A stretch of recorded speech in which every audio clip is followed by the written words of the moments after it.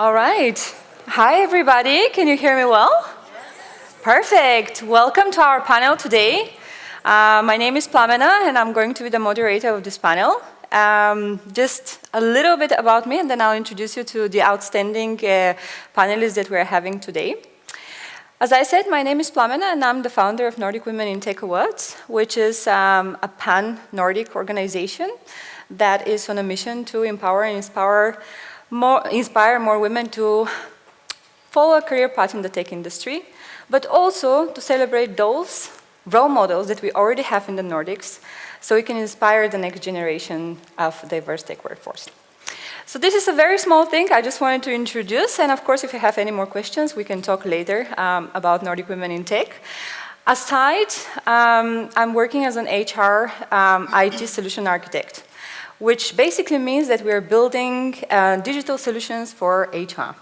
And it's very relevant for today's panel, actually, because what we do, or at least for me, the way I see it, working so many years, digitalizing HR, I have seen that there is so much work that we need to do in the solutions that are being built today, even when we talk about cloud solutions, because they're not entirely supporting diversity and inclusion. So for me, I took it as a mission for myself to try and bridge the gap between, I would say, people and the newest technologies that are built for HR that are impacting the recruiting processes, for example, onboarding, offboarding, etc. I'm very honored to be sitting in front of you today. And I'm very grateful also for Chizom and the rest of the DNS team for making me part of this, because it's, in a way, motivating and inspiring to be surrounded by so many people, professionals, individuals, and I would also say relentless advocates for, I want to say justice, because it's not only diversity and inclusion we're talking about, right? So yes, warm welcome to everybody. Today in the panel, we have outstanding professionals, so I'm very happy to be standing here with you today. And I'm just going to do a very quick intro. We have Adamu Haruna, and I'm pretty sure I'm not saying your name correctly, but you said that you are going to accept. He is the Senior Solution Architect at Amazon Web Services, also a leader of Black Employee Network, and part of the Glamazon leadership team at Amazon and AWS. We have Martin de Voer, I hope I'm saying that correctly, who is head of DI at Acre Solutions globally. And prior to your role or prior to your current role, you have been at Equinor for some years in different roles like HR, finance, and also, to my understanding, leading HR in UK for Equinor. Amazing. So welcome to you. And then we have Thori Proppe. Am I saying that right? Okay, good. A CEO and founder of Alda, and also one of the Nordic Women in Tech Awards nominee. What is Alda? It's an Icelandic tech company which developed the DI software for workplaces globally, and I actually highly recommend you to check that. Alda is the next generation of DI software with all-in-one, the Inclusion Index and Pulse, gamified micro-learning content, assessment, goals and KPIs, focusing on a sustainable DI journey. Thank you very much for doing that. And then, last but not least, we have Mette Buhr, DI lead at Danske Bank, and responsible for leading and driving the strategic direction for the COO area to foster an inclusive culture that caters for diversity. Thank you very much to all of you for being actually with us today and spending some time of your busy schedule to be here. So maybe hands of applause to everyone here. Now, the amazing DNS team came up with a great title and sophisticated one for our panel today. And we know we're dealing on a daily basis with data. Whether it's when you get hired, the data that is collected about you by the organization, whether you're building a product and you need to collect some data, it's all over the place, usually. I don't know if you have tried to Google yourself. I'm pretty sure that you will find something there about yourself. So I want to start with the very first question, and that would be, when we collect data, whether it's for our employees, whether it's for anything that we try to develop, for example, or maybe to focus a little bit on companies and how they collect the data. In cases like that, do you think that we are collecting the right data that is, I would say, used to make an impact? And also, is it a quality data that we actually collect when we collect it? Shall we start with you, Adam? Yeah. So just to scope the discussion, we are talking about collecting data for DEI, right? So we are assuming that we are in the execution phase now. There is a strategy, planning, and all this inspiration. So now we are looking at how do we kind of execute all the planning. And for me, the data is like, it does a lot of wonderful things, and it can also misguide you if the data is not, if it has a very poor quality, right? So there is, so I want to focus really about the collection of the data, you know. And if there is a lot that goes into validating data, and it's easier with machine data, sensor data, but when you come to human beings or people, they are multifaceted, complex people, and to collect the data, I think from my point of view, you need to really kind of, what is the purpose? What is the objective? What are the key metrics? What is the target? I mean, there is one kind of thought that you collect all the data and you try to use tools to find the interconnectedness, right? But the other way when you are dealing with human is like, you need to define what is this purpose, what are our key metrics, and what is the governance around the data. In essence, you are building trust. Be transparent and then kind of be also open that this is what we are collecting the data for. This is the target for the data. This is how we are going to use the data. And this is how we are going to kind of govern the data. Who has access, how long the data is going to be used to be able to collect the right data. Because data can do wonderful things, and we've seen it. Data has been used for employee retention. Data has been used for recruitment. Data has been used to kind of improve workflow. But those data are, from in my point of view, easy to manage, easy to validate. But when it comes to data about how do I feel, it depends on my trip to work today, or it depends on my background. And so all this complexity, I mean, when you want to collect data for DI, you need to kind of sit down with people, strategize, plan, and set out these specific goals. And it has to be something you can measure, right? And it has to be something you can track. And it has, because it's going to be an iterative process, you know, because people sit on the outside, think it's a magic thing. It's not. You have to go in, do what you have now, check the data, track the data, and then change whatever needs to be changed, because you have already set a target that you want to answer, the questions that you want to answer. So for me, the data collection, quality data, validating the data, and make sure that every stakeholder has a stake, whether the minority or the majority, they own that participation, and it's transparent to them what they are going to do with the data, and you have a strong governance. I can't emphasize on the governance, because usually the governance creates a whole lot of a whole lot of people opting out because they don't understand the governance, they don't believe in the governor who has access, what we are going to do with it, how long the data is going to be, is it anonymous, all these kind of things. People don't understand. Why do they give out the information? So these are the key things I want to emphasize in terms of if and when we are going to use the data to kind of improve the DEI in a company. And that actually leads me to another question, which is actually, can we ask uncomfortable questions? And would uncomfortable questions sometimes help us more to maybe either it's working on new initiatives to improve some of the processes that we have within the organization? Maybe I can take this tutorial here.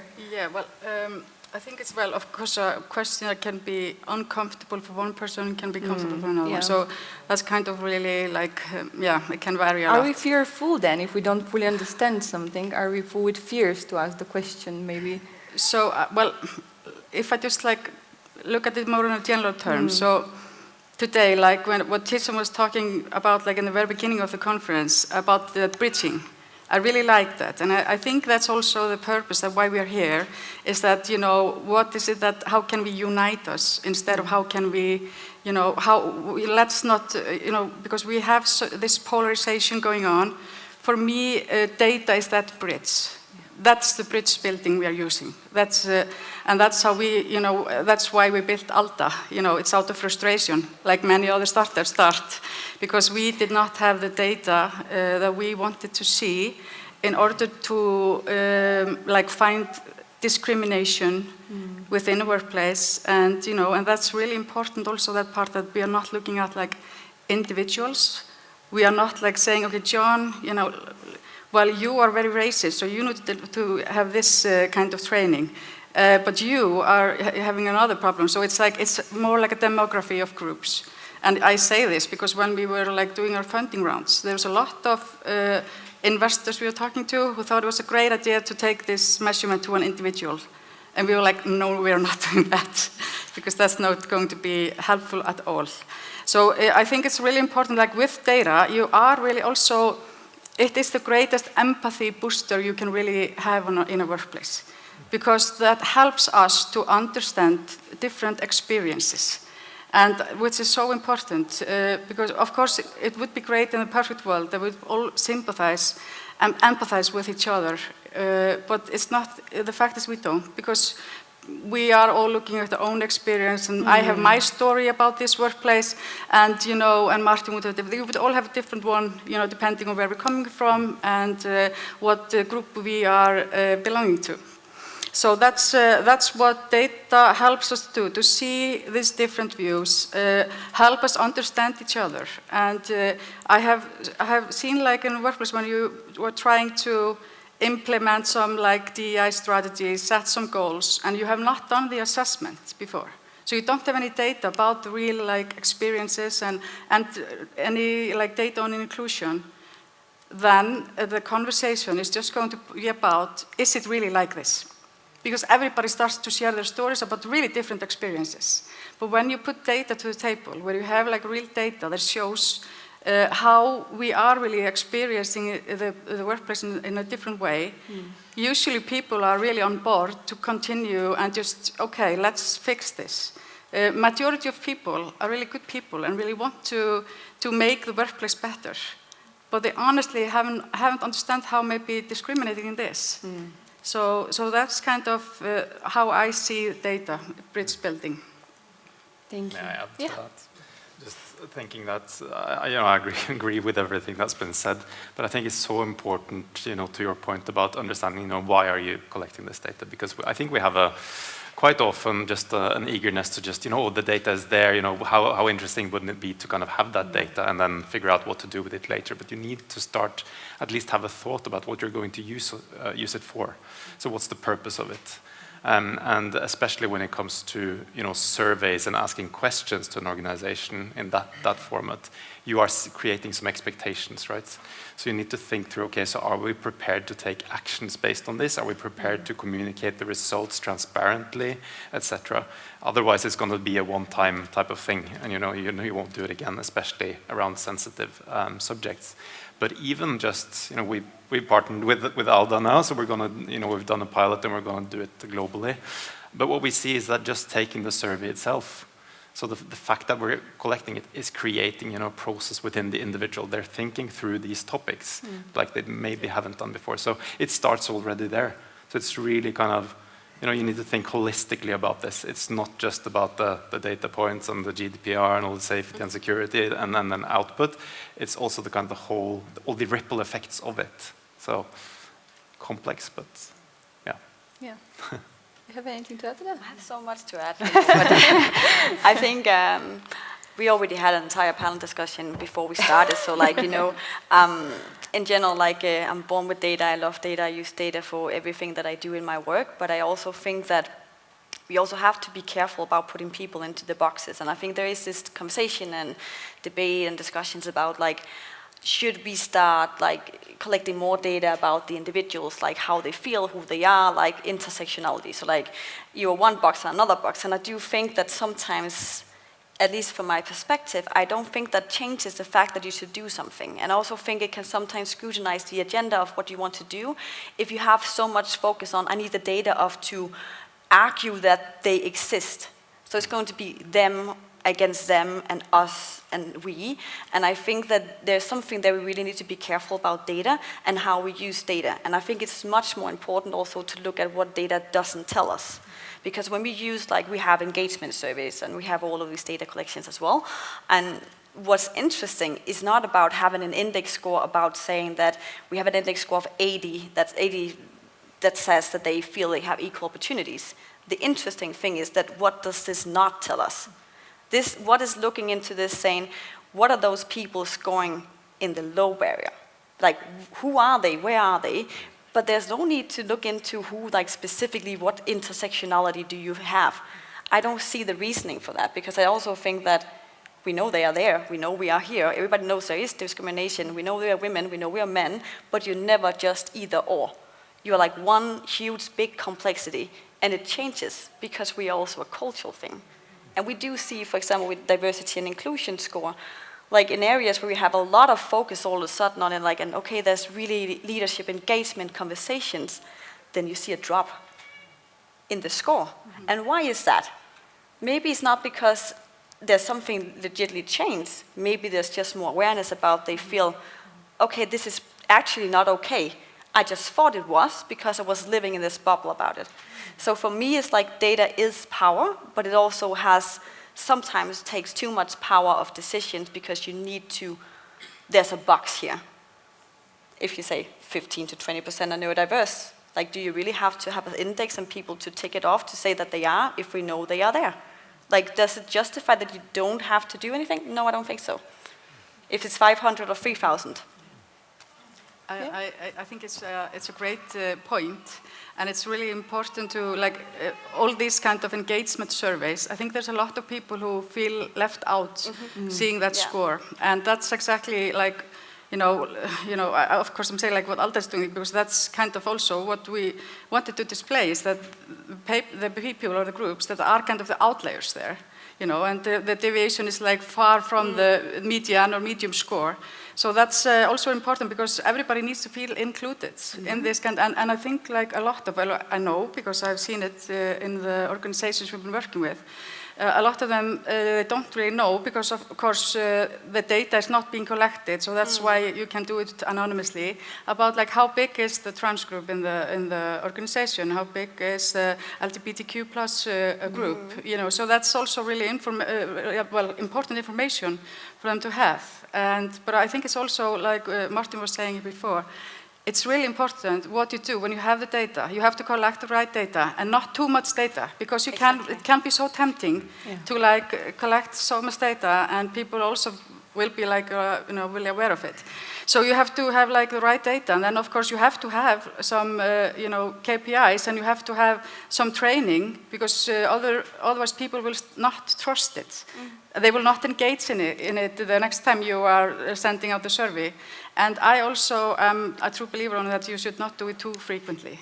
Because this kind of data, like for example for inclusion, unfortunately they're not maybe moving that fast. So you really need to engage in helping them, like helping the workplace, driving that data driving that the belonging and the inclusion higher before you measure again.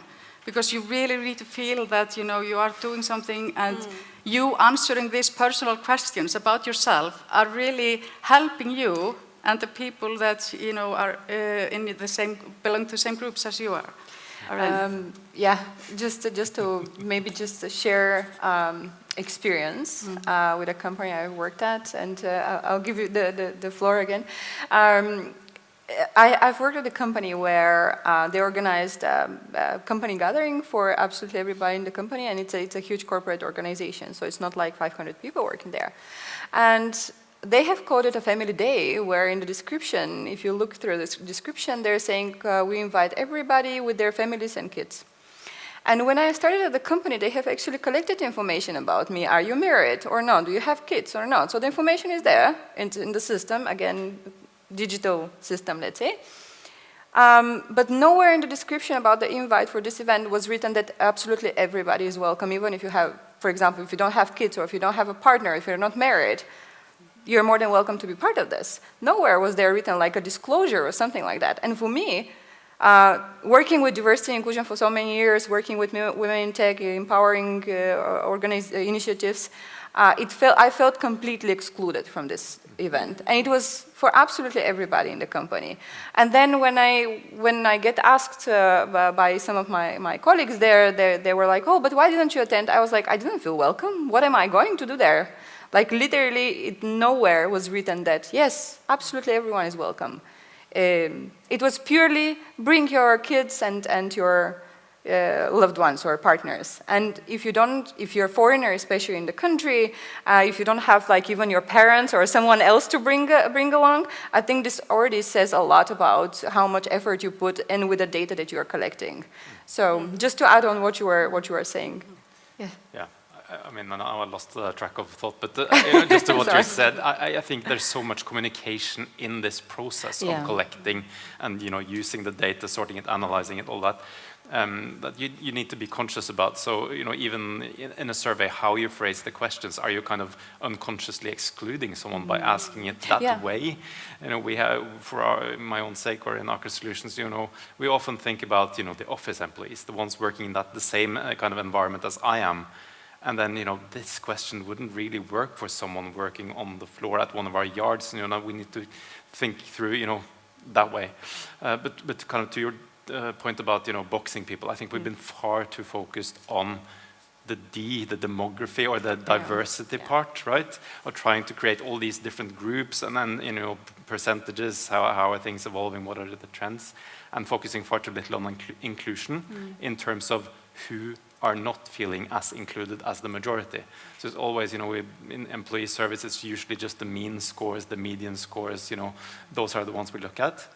But if we really want to crack the difficult part about inclusion, it's starting to address who are not having the same feelings as the majority here, which is, what I'm so excited about working with you, Thorei. You can focus on it. But one thing I wanted to mention is like, what data do you not collect? And this is a really tricky one. So we had lots of employees coming to me and say, oh, we need to open up our HR system to, for other genders. I said, yeah, of course, that sounds like a great idea. We should do that. And then I met, one of my great colleagues who has a slightly different perspective than mine, which is good and useful. And she's like, no, absolutely not. And I was like, why? What's wrong? I was like, well, GDPR. It's like, what are you going to use this data for? And I had to kind of agree that I don't really know. Maybe this will be, to include them so that they can inform us. It's like, well, yeah, but that's not a good enough reason. There needs to be, this needs to trigger something. This needs to be a reporting, compliance issue. It needs to be that this goes into the email signatures, or, there needs to be some kind of consequence of it. Yeah. But what we were asked to do was just collect this data for, no purpose other than asking it. So we have not done it. Might be others have dealt with this differently, but that's one of the difficult conversations. Can I just?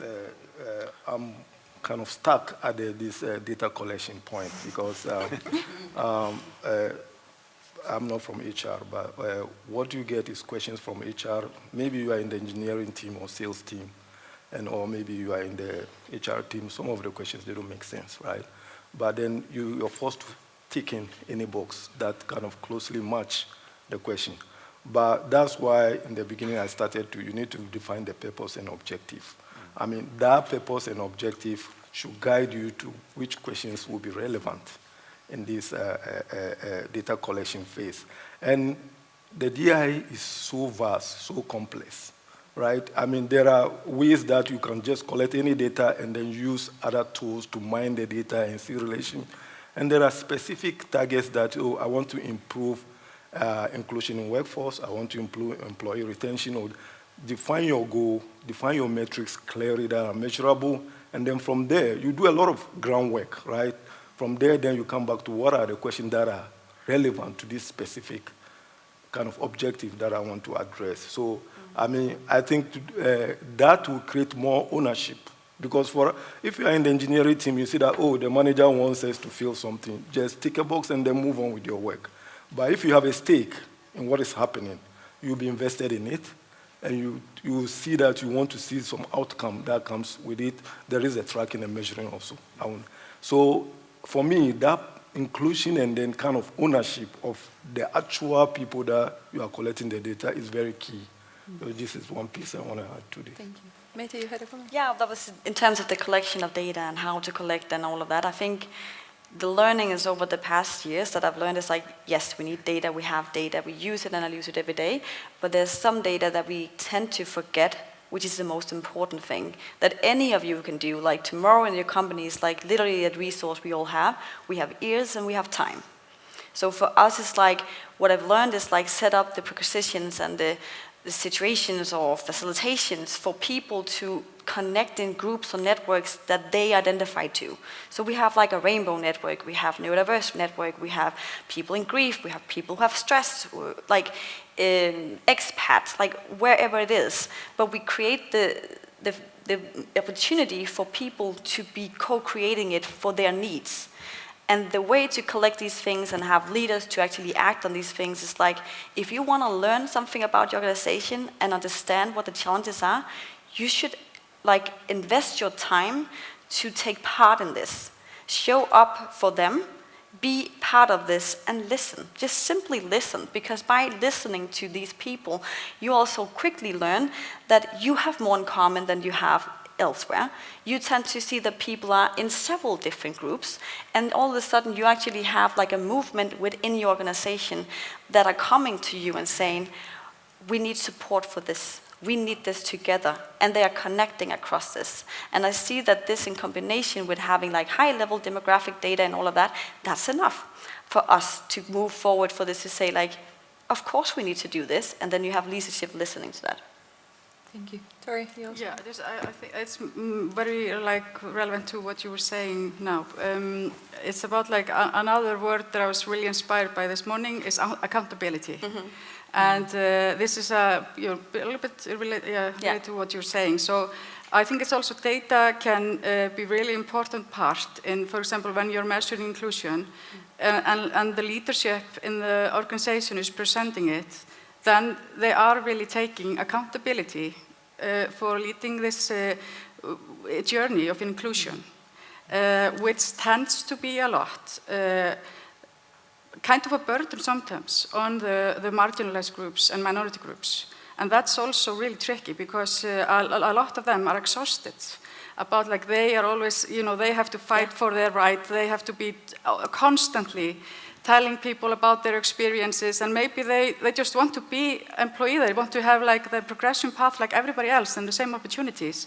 So I think it's really important that this accountability is clear from the top down, that the leadership is going to be, heading towards more inclusive workplace to take the responsibility where it should be at the leadership level. So I think that's another thing. So bridging and accountability, I think that's really important in terms of like in the same context of data.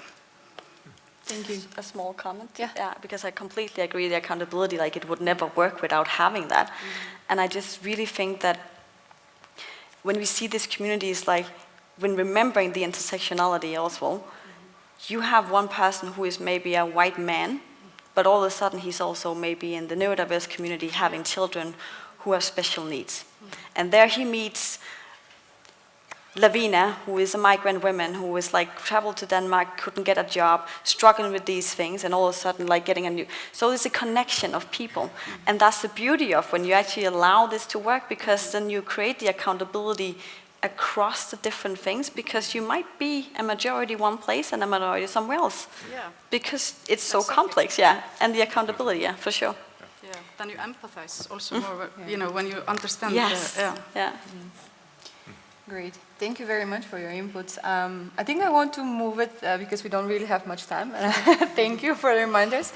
I know that it's probably not the most interesting, I would say, question for discussion here, but we need to bring it on. And this is whether the GDPR regulations that we have, you think, are really like a limit for the DEI strategies that, I would say DEI-B strategies that companies run? No. I don't think so. I think it's also, well, it's very much, what you've been saying, like, you have to have quality data. And I think it's just, it's really good discipline for us to have, important one. Okay. Yeah, I think it's not really hindering any collection of data. When we are collecting data for like inclusion, it's anonymous. And, we don't really feel like we are lacking, that there's something hindering us in this process. If you want to add something in. Short answer, no. We don't need more data on diversity, we need data on inclusion, and that can be asked anonymously, so there's a way around the GDPR kind of, so no. And I know that you have actually, you have started the Black Employee Network at AWS, right? Or part of it? AWS in Finland. Yes. in Nordics. In Nordics, okay, yes. It's a big group yes. worldwide. Yeah. My question is, and maybe, this might be actually the last one, because we don't have much time, but because you also mentioned, Martin, when we had the initial discussion before the panel, that we don't have to really wait for data in order for us to be able to run initiatives, right? And did you actually, was this, when the network was established, was data part of it in order to run something, to start something, or was it based on experiences? I guess data is everywhere, but data is everywhere. But like what AWS uses a lot of data, and like there is a lot of data affinity groups. Like so, this Black Employment Network has already been established based on data globally. So it kind of a natural. There's no much data from my side. It's just a natural kind of evolution of having kind of a similar organization from the kind of the parent organization, but. Collection of data, once we are very much data driven. Once you start something, you need to collect data to show that, okay, this is the impact or this is the need. So there is always that's why I always talk about it needs to be specific, measurable, so that you can really act on it and you can really, we have this, we think big, but you think big, but you should also learn about doing things in kind of piecewise. This is what the data gives you the opportunity to correct whatever you started or kind of improve as you go along. So yes, I'm collecting data, but I didn't start with data. Yeah. Do you have anything to add here, or? I use data for all initiatives I need to do, because I think I work with executive, and that means that for them to make decisions, and it's a strategic initiative, obviously I need to also argue for them to understand why is this equally important. So for example, by using strategic workforce planning in combination with the employee journeys in terms of the acceleration, the recruitment data, how these things, and then trying to predict a future for them, saying this is how we would you have this strategic ambitions, in combination, what would that impact be? And having that, then it stops to argue for you can't argue against the facts, so obviously here is the funding for getting along, right? So that's at least and how to use data for that. I think data is essential because diversity and inclusion can't remain kind of this, nice thing that we do on the side of everything. It needs to be, part of all the other business processes in our company. And to do that, it needs to be measured and prioritized like anything else, and then we need data. So, it's really helping with that process. Yeah. I just want to add one thing. It's also, it takes the courage to do it. There's not all organizations who have the courage to display this kind of data, because usually, I think in most organizations, they are not really good data. They're not really promoting you, but everybody will, people are usually so appreciative that it's being done, even though it's not looking good, and you're showing a lot of discrimination. You're at least putting it on the table, and you're saying, okay, it's explicit, we're going to do something about it. So that's really courageous. Amazing. Thank you very much. And I have one last question, which I'm going to read through because I really like it, which is, what is your top strategy that organizations can implement to make data collection transparent and inclusive? And this is to all you four. So maybe we can start with you, Martin. I put you on the spot there. I know No, we have thanks. talked a lot about it, but yeah, I think we talked about it, but Yeah. to me it's really about think through what you're asking and why you're doing it, and make sure that you understand what you're asking about is creating expectations, and then be as transparent as possible about the results. I mean, I work for an engineering heavy organization. We've created lots of nice slides with animations and so on. Everyone in HR loved them, but the engineers, they wanted it in an Excel sheet. They wanted the raw data so they could analyze it themselves. So understand your customer. yeah. Yeah, so I've been contemplating working on it for 20 years, and it's now called Alta. That's what I think about it. Yeah. So I guess I will just, ask you to meet me and know about Alta. That's kind of what we and my team we see as the way to move forward in making workplace so inclusive. So Yes. yeah, that's our platform for it. Thank you very much. For me, I won't talk about tools and services, just talk about the human part. For me, I think just transparency and accountability, because you need everybody to be a stakeholder. You need everybody to take ownership. And it's different from taking data from machines and sensors. I mean, if people are not comfortable, they will give you anything. But if they are comfortable, they will participate and give you the right kind of, data that you're asking for. Thank you very much. I would just say use your ears and time. Listen to your organization, walk around, and you know what to do. It's not always that difficult. Thank you very much. Thank you very much to all of you for being part of the panel. Thank you, everyone. I hope you have an amazing rest of the day. Enjoy.